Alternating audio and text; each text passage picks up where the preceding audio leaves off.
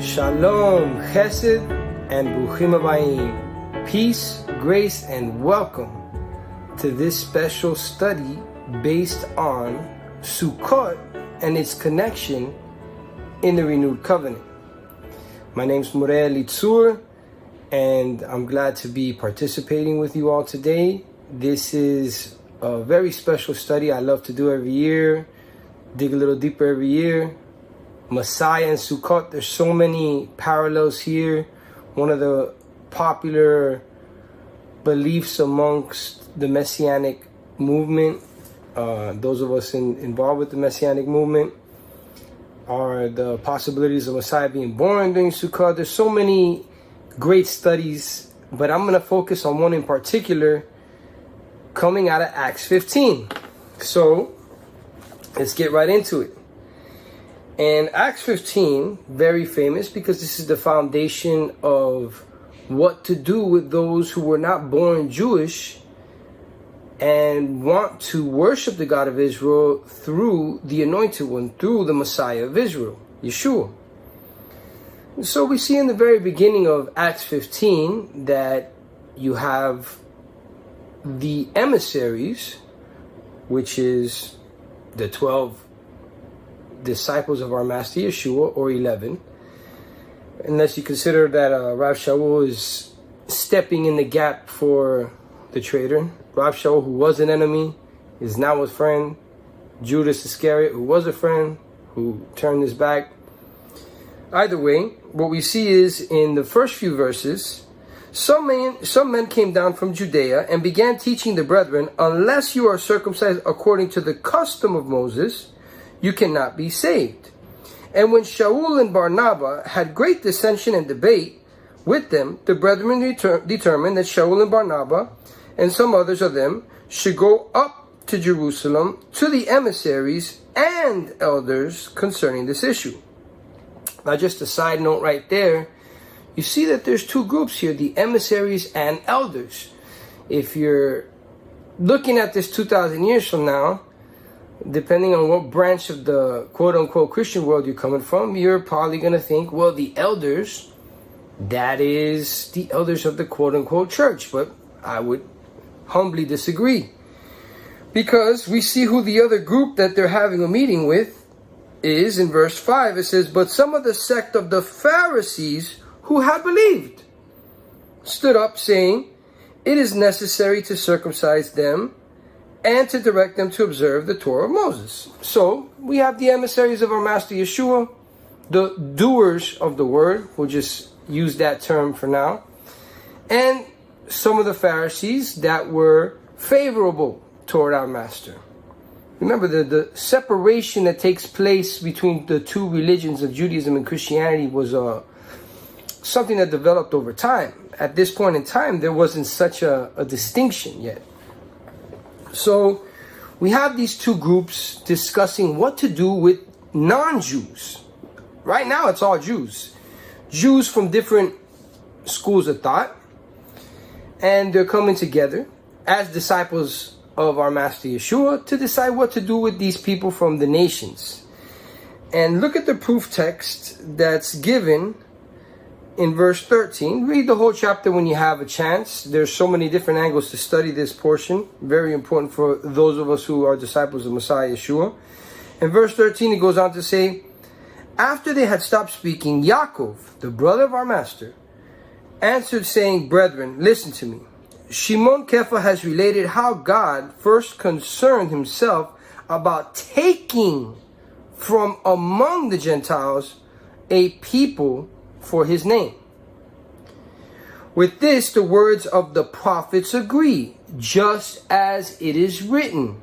So this is the proof text that Yaakov, the just, the righteous, is quoting. And it says, after these things I will return, and I will rebuild the Sukkah, translated as tabernacle, of David, which has fallen. And I will rebuild its ruins, and I will restore it, so that the remnant of mankind may seek Adonai. And all the Gentiles who are called by my name says Adonai, who makes these things known from long ago. And we know the story. 7 particular beginner's commandments are given. You could categorize them differently. We could discuss that another time. But you're given the minimal requirement for those entering the covenants of Israel. The equivalent in biblical times of the Toshav, the Ger Toshav. In modern times, they call that the Ben Noach. In biblical times, it's the Ger Toshav. And so, what does this have to do with the Gentiles? Because this quote, the fallen tabernacle of David, obviously says, and those Gentiles who are called by my name. But we got to dig a little deeper. Let's go to the actual source that Yaakov HaTzadik is quoting from. And he's quoting from the prophet Amos, in chapter 9. If we could turn there, we can get into seeing what the Hebrew text has to say.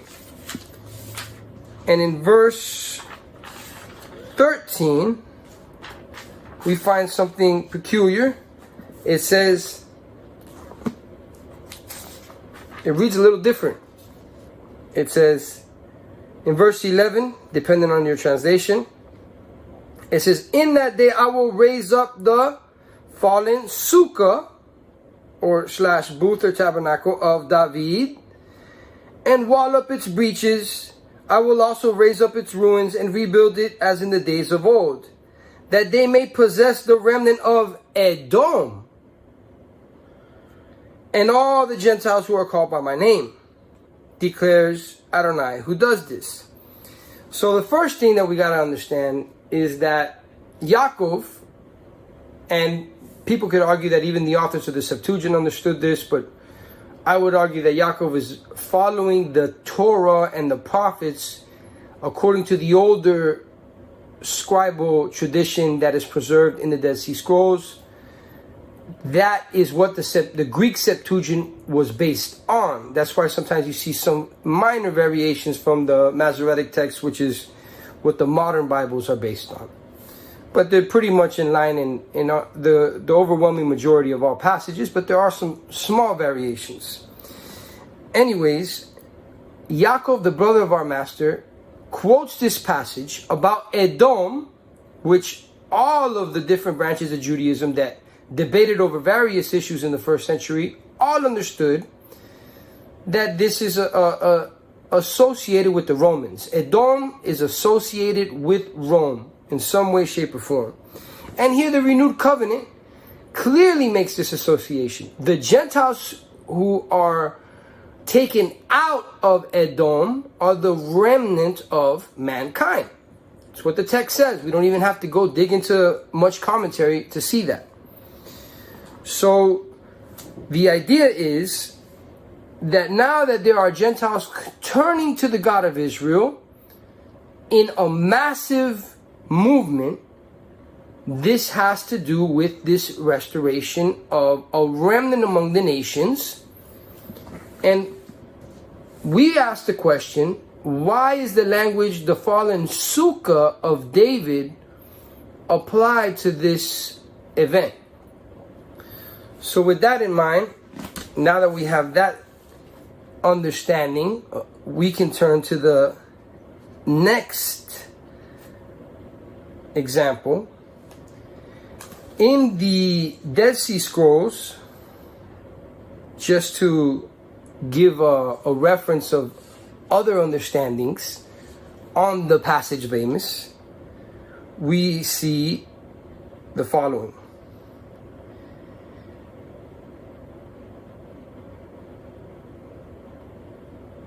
In CD, in the community document here, column 7, it's of the Dead Sea Scrolls, it says,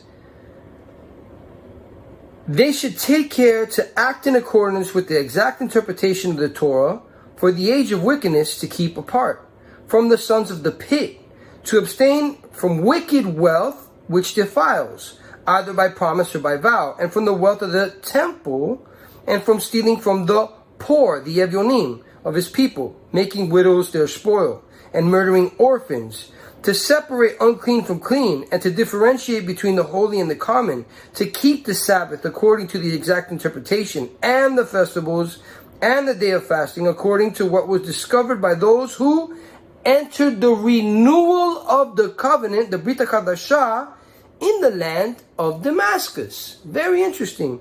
There's a group that is separated from the wicked priests that are the Sadducees, who are associated with the Herodians and the Romans and the traitors who are globalists and not being faithful to the God of Israel and the Jewish community. And these righteous men are exiled into Damascus and awaiting the renewal of the covenant. They enter the renewal of the covenant but are awaiting for something to be finalized in order for this to be sealed. And read further down a few columns, and it says, there shall come upon you and upon your people and upon your father's house such as has not come since the day of Ephraim departed from Judah, when the two houses of Israel separated. Ephraim detached itself from Judah, and all the renegades of Israel separated. All the renegades were delivered up to the sword, but those who remained steadfast escaped to the land of the north, as was said in Amos 5:26-27. I will deport the Sikat of your king and the Kiyun of your images away from my tent to Damascus, away from my Sukkah. So this renewal of the covenant, they're using in a midrashic format, and we're just utilizing these first century and Jewish resources from that time period, from before and near the first century, to see what was the ideology of Amos chapter 9. And clearly this group of doers of the Torah were applying it to the renewal of the covenant and waiting for it to be set up by who they call, and I'm going to go and read. And the interpreter of the Torah who will come to Damascus, as it is written in Numbers 24:13, a star moves out of Yaakov, and a scepter arises out of Israel. The scepter is the prince of the whole congregation, and when he rises, he will destroy all the sons of Seth that escaped at the time of the first visitation. Very interesting language. In my humble opinion, this is a prophecy of the work of Messiah Yeshua and righteous Jewish people who were awaiting this to be fulfilled. This was the understanding. Now, it's not to say that we take anything in the Dead Sea Scrolls, or in the Talmud for that matter, to be equal to the word of Adonai. But these are the ideas of righteous Jews of the time period prior and following the life of Yeshua and his emissaries, and the events that occurred and are recorded in the renewed covenant. And this group awaited a renewal of the covenant, which has to do with the branches of Israel that were cut off. They call it Ephraim in a midrashic format, basically saying those who broke away. But what's interesting is that Yaakov, the brother of our master, is applying this to the Gentiles who are entering, not calling them quote-unquote members of the lost tribes, because that was already understood in Acts 6-8. We see that they're reaching out to Samaritans and Hellenist Jews who are assimilated into the Greco-Roman culture. So they understand the assimilated seed of Israel as being the focus of their ministry. But in Acts 15, the brother of our master is seeing that this also opens the door for an invitation of people from the Gentiles to join in this restoration work of Yeshua. And with that in mind, let's turn to a modern, well, not necessarily a modern, but a later idea preserved in Judaism that still reflects this idea. Keep in mind that the authors of the Dead Sea Scrolls were mostly priests, of the doers of the Torah, Osei HaTorah, the sons of light, they had different views than the Pharisees, but yet they all agree on this. The rabbis, the sages of our people, are disciples of the Pharisees. And so Abarbanel, commentating on these same passages, says the following. And if you say it will not be raised, as Amos said earlier, fallen and will not rise is the virgin of Israel, is the virgin daughter of Israel. This means she will not rise on her own and will not have a king from the other tribes. But now, God will raise the Sukkah of David that fell in the days of Jeroboam, and will appoint a king from the house of David, King David, upon his people. And the fall of the house of David began during the temple era, when the splitting of the 10 tribes into a separate kingdom. And during the second temple, there was no king from the house of David. Rather, the Hasmoneans/Sadducees and Herod's house were the rulers. The Sadducees and the Herodians we find in the renewed covenant. Therefore, the prophet Amos says, I will mend its breaches. The breaches are the kings that the 10 tribes set up for themselves during the first temple era. Now this is getting interesting. Abarbanel, who is not a friend to the Christian world because he lived in Spain and Portugal and traveled to southern Italy and North Africa and the regions that the Sephardic Jews were being murdered and slaughtered by quote-unquote Christians for keeping Torah. Many of them believers in Yeshua as Messiah, who were murdered especially for their unification of faithfulness in Messiah Yeshua with observance of Torah. The people known as the Marranos. This is the time period that Abarbanel lived in. The great event known, not so great, but the very well-known event of the expulsion from Spain. Abarbanel lived during this entire period. And it's interesting to see that he doesn't shy away from the facts. He's a very honest commentator on scripture, whether you agree with him or not. He's letting us know that this passage has to do, the fallen Sukkah, keep in mind we're in the Feast of Sukkot, entering in this time period, has to do with the restoration of the branches of Israel who were cut off. Now Isaiah 7:8 says, Yechat Ephraim me'am. Ephraim is cut off from the people of Israel, not Judah. So keep that in mind when you read passages such as Romans 11, where it says branches were cut off. It's not talking about the Jewish community. He starts off his Midrash referring to Elijah the prophet when he was dealing with the northern kingdom and their worship of pagan gods. But like the Dead Sea Scrolls, they apply it to the sinners of the Jewish community in their generation in a Midrashic level. So does Abarbanel. And who are these sinners? The Hasmoneans were the predecessors of the Sadducees in the time of Yeshua. They began to call themselves the Tzedokim. And the Herodians, who were basically their servants who rose up in power. They were forced to convert into their brand of Judaism.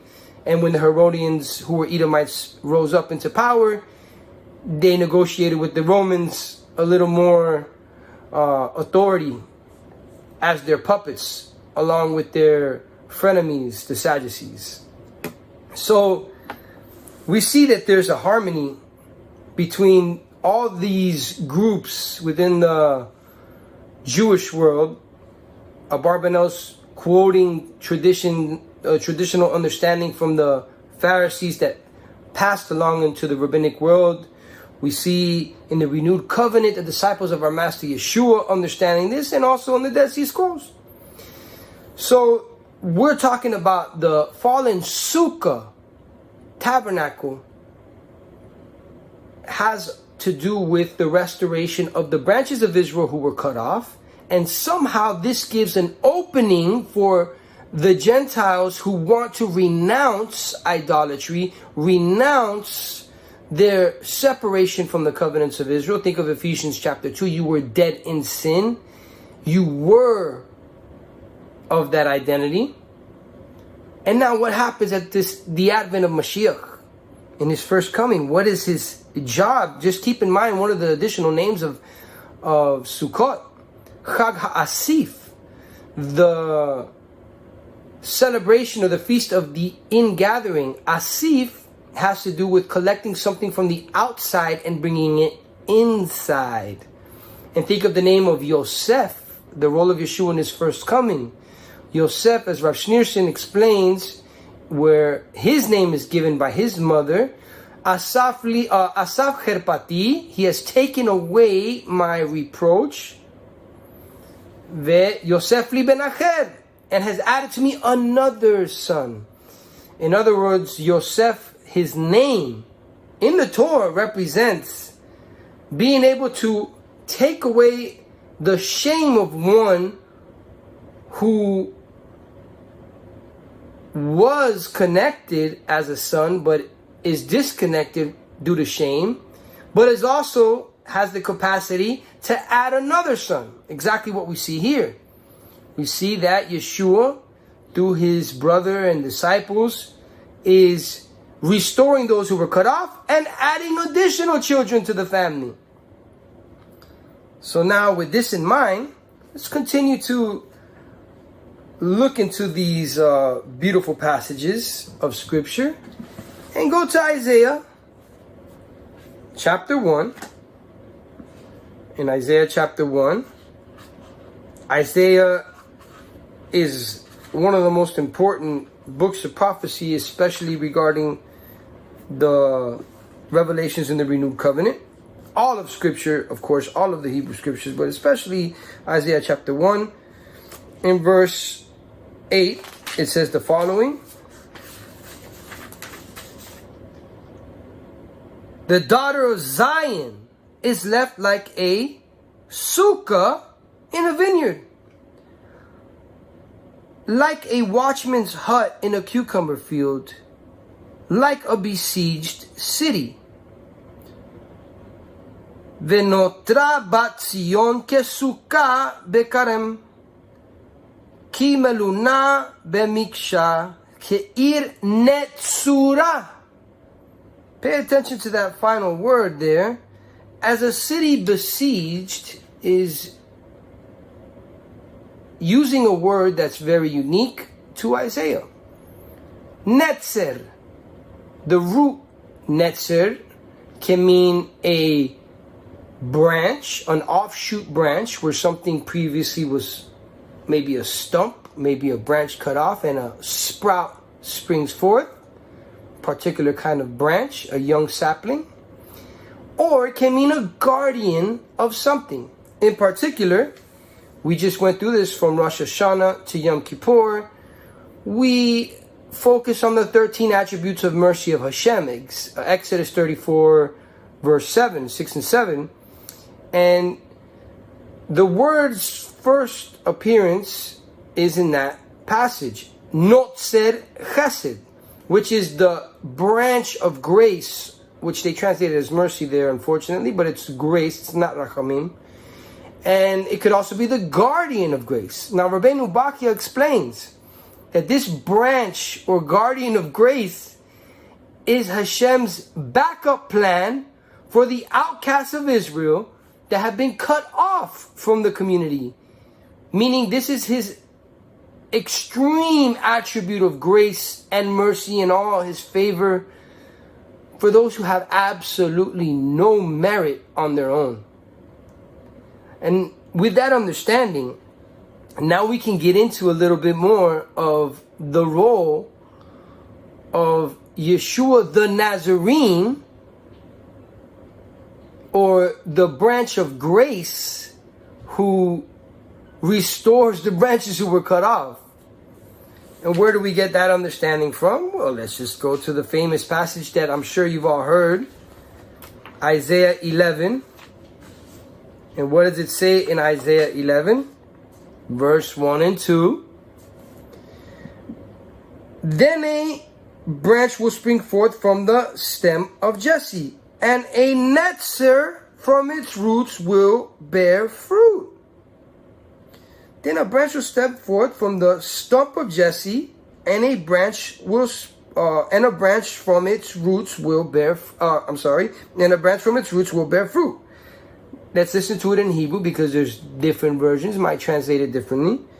Ve'yatsa choter migeza ishai, ve'netzer mishoroshav ifre.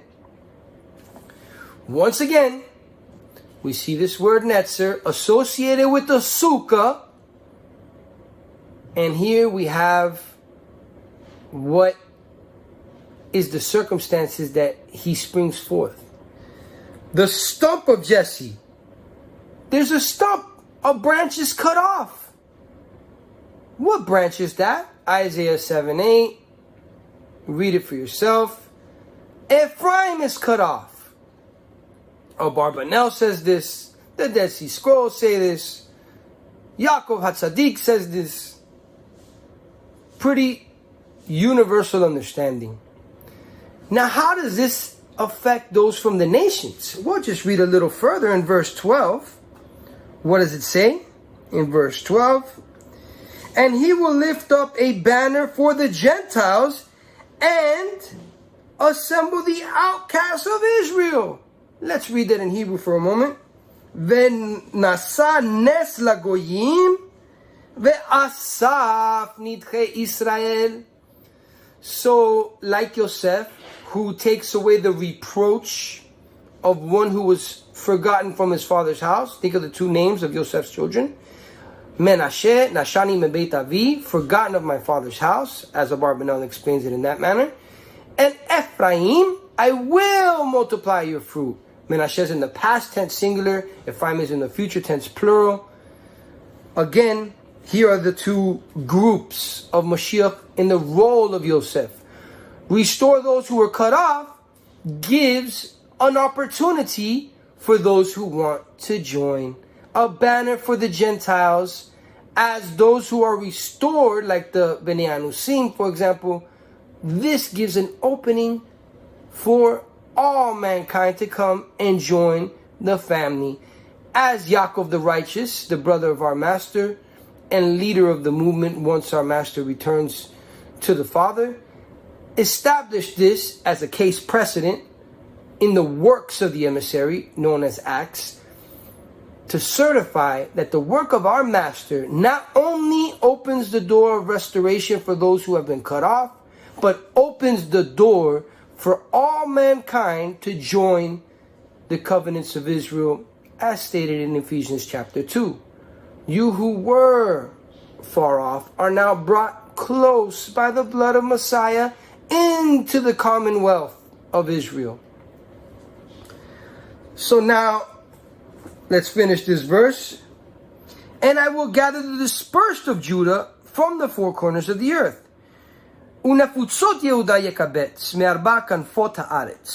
Notice that the outcasts of Israel, the word that's used is nidachim. Abarbanel explains that these are people like the Bnei Anusim, the Jews of Spain, Portugal, and southern Italy who were cut off from the community and forced into Romanized Christianity, will return.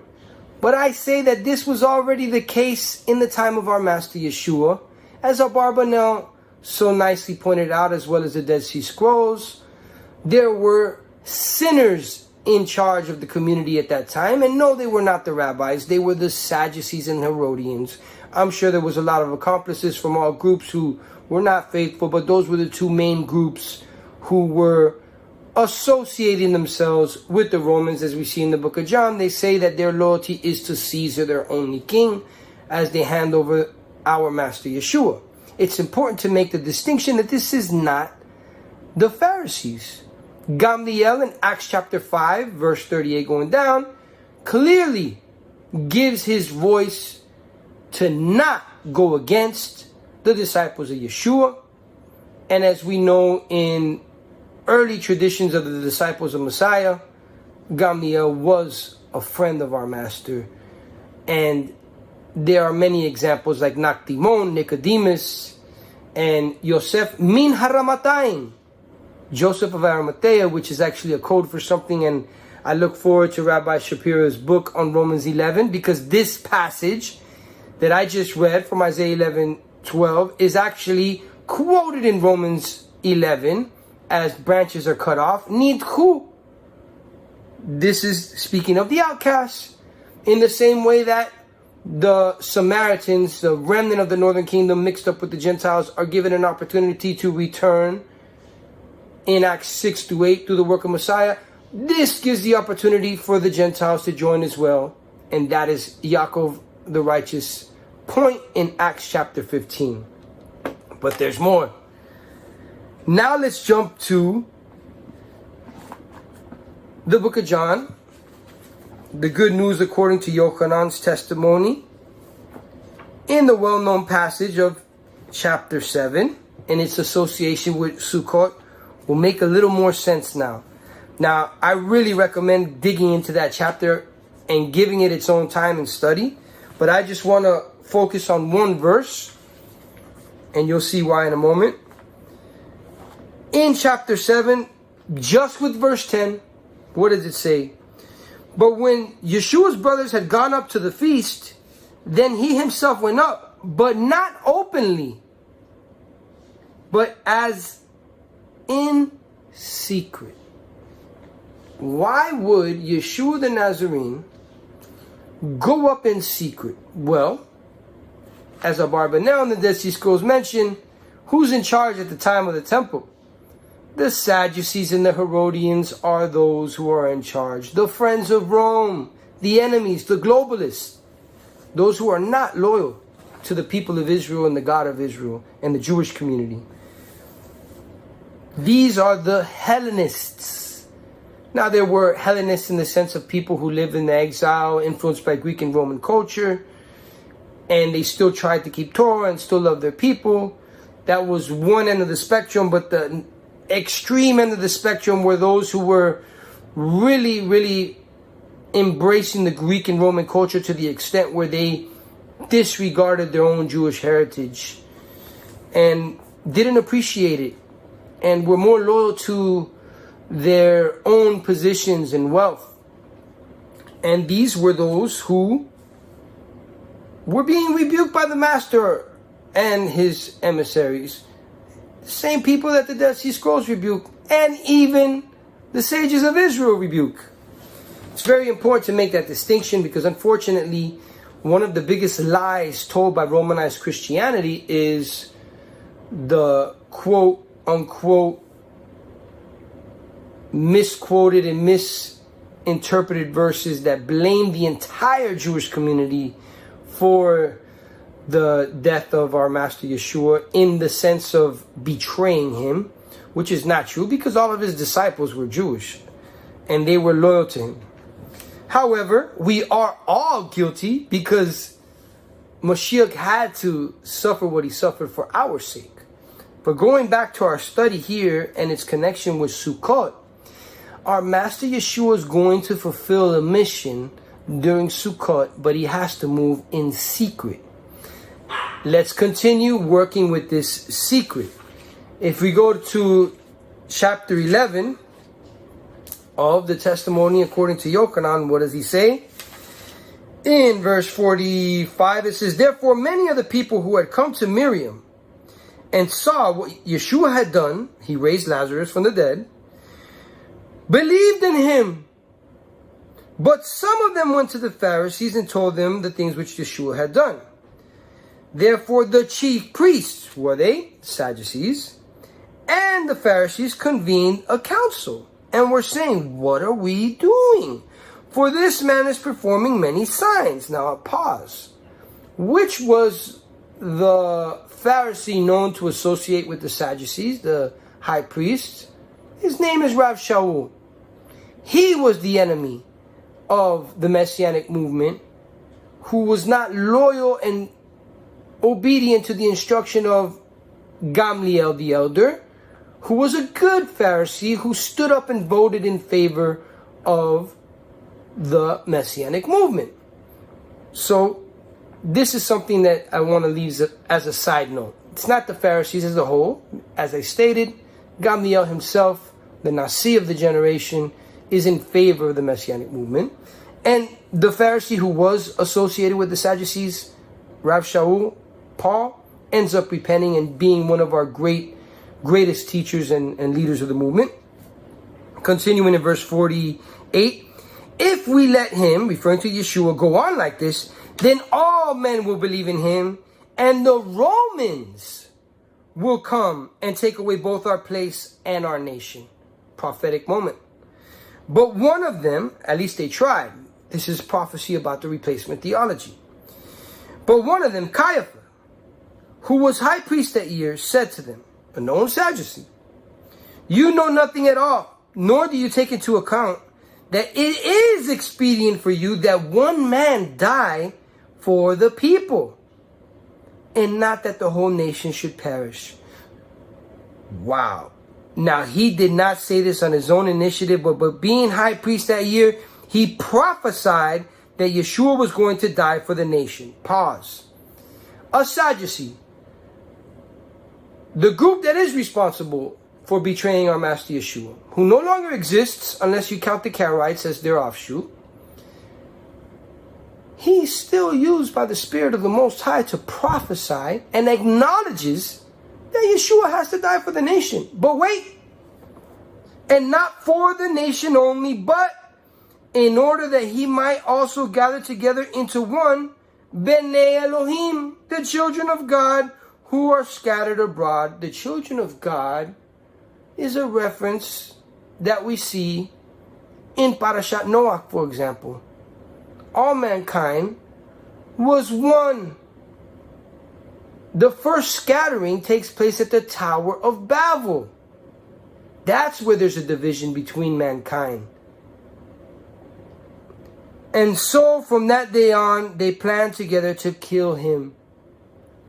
So what is the purpose of our Master's death? According to Scripture and not according to the traditions of men. It's in order to restore and secure the nation of Israel, the Jewish community, to cover them for the sins of that generation, that even the sages say the temple was destroyed for sinat chinam, for the baseless hatred of that generation. Our sages understand that completely. And it's also to gather in those who are scattered from the nations, who really belong with us, who their neshama wants to come back and be a part of the people of the Creator. So from that day, they planned to have him killed. Therefore, Yeshua no longer walked openly among the Jewish community, but went away from there to the country in the wilderness, into a town called Ephraim. And there he stayed with his disciples. Now, if we understand the midrashic application, the allegorical application of Ephraim, as we've explained through all of the previous examples, is speaking about, yes, in that time period, in that generation, first and foremost, to the assimilated seed of Israel, such as the Samaritans and Hellenists, but also to those from the nations who don't have to pretend to be from those tribes, but because of the restoration of the scattered seed, now have an opportunity to join as well, through the merit of the Messiah in the role of Yosef. And that is the picture that we see in this entire feast of Sukkot. And I'll give another example regarding this amazing event that Yeshua the Nazarene is fulfilling. But let's for a moment just go back to what we read of Yeshua having to make this trip to Jerusalem for Sukkot in secret. What was the purpose of him keeping secret from his brother? Yaakov. Who's his brother? The same one that we see in Acts 15. What's the purpose of this secret? If we go back to the Dead Sea Scrolls in 1 QH, based on the Pesher on Habakkuk, in column 16, we see the following.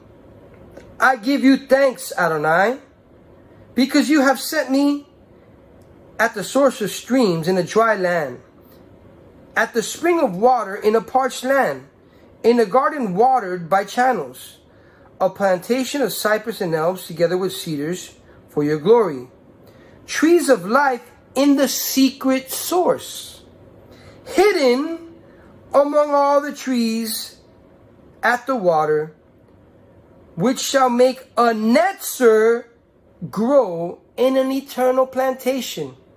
Reading a little further down, it says, above it will rise all the trees at the water, for they will grow in their plantation, although they do not extend to the root, to the gully.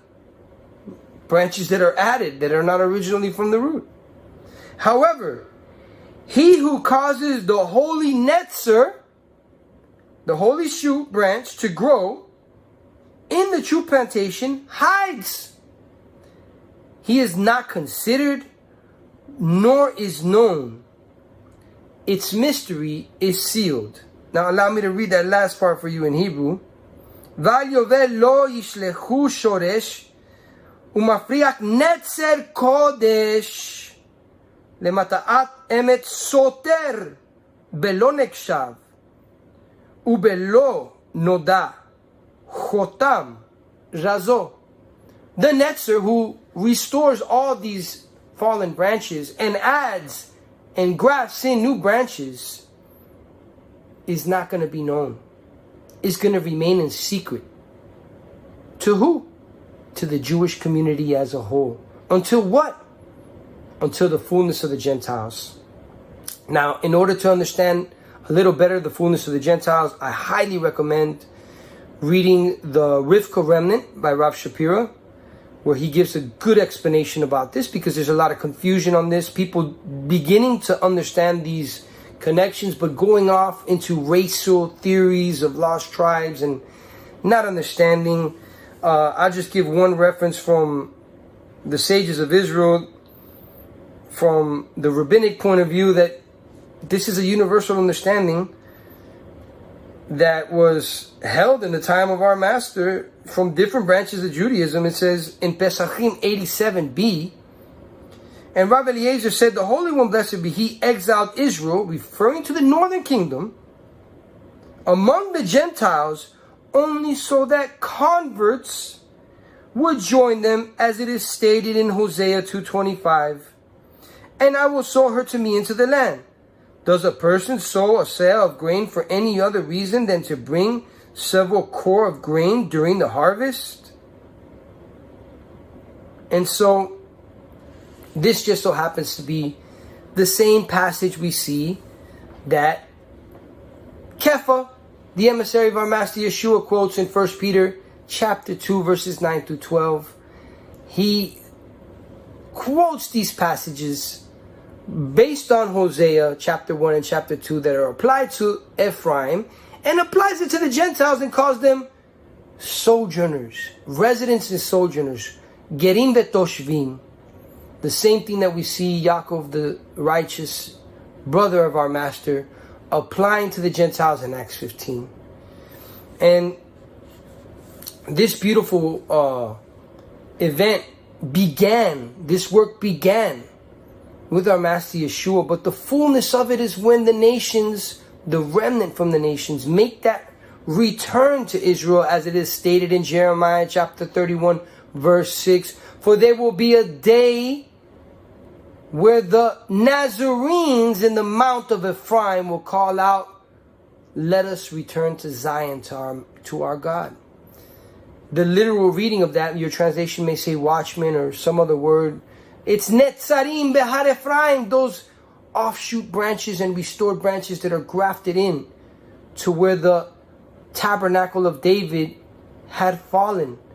As Abarbanel says, when the northern kingdom broke away, there was a breach. that breach needed to be restored and repaired. And our Master Yeshua began that work and is doing that work through us even now, as we see the fullness of the nations being fulfilled. Simultaneously, this will provoke zealousness from the Jewish community. When they see the scattered seed of Israel returning with a multitude of sojourners from the nations who want to worship the God of Israel and keep his appointed times. But as it says in Zechariah 14, those from the nations who refuse to celebrate Sukkot will not receive the water from the heavens. In other words, they'll be cut off. The choice is yours.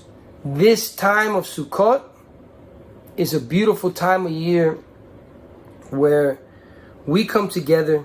There's so much to discuss. We see this in Revelation chapter 7. Ephraim's not mentioned in the listing of the tribes, but yet we see the fullness of a Gentile multitude joining Israel, dressed in white, as is appropriate for the 7th month, according to the Jewish calendar. And what are they holding in their hands? Lulavim. The lulav, the 4 species, you can liken that to Romans 11, which comes back to Ezekiel 37, the 2 branches being placed together in your hand, like a lulav. There's so much symbolism used related to Sukkot in the work of our Master Yeshua that we wouldn't have time to fill it all right now. But this is a good start. Let's come into this celebration of Sukkot. All my brethren from India to Ethiopia to Sepharad to the Americas, from the north to the south, from the 4 corners of the world. Special greetings to Pastor Joseph and Pastor Joseph John, Pastor and all the family. Shalom.